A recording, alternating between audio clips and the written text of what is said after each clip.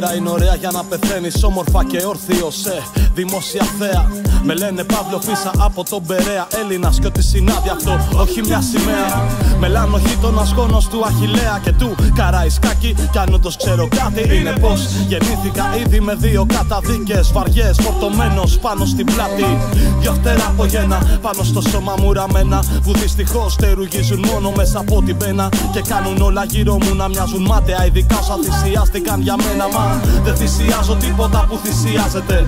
Δεν θυσιάζομαι για όποιον θυσιάζει. Μάλλον θα φταίει που τα πάντα σπάζομαι. Ίσως να φταίει η επόμενη μέρα που πλησιάζει.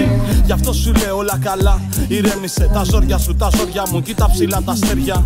Απόψε μοιάζουν να είναι τόσο φωτεινά. Το θέμα είναι να παίζεις την μπάλα σωστά στα χέρια. Τραβάει ο καθένας μάγκα μου τα ζόρια του και κουβαλάει το δικό του σταυρό. Τι με ρωτάς πως παίρνω, τι να σου πω, δόξα τα λεφτά, έχουμε Θεό.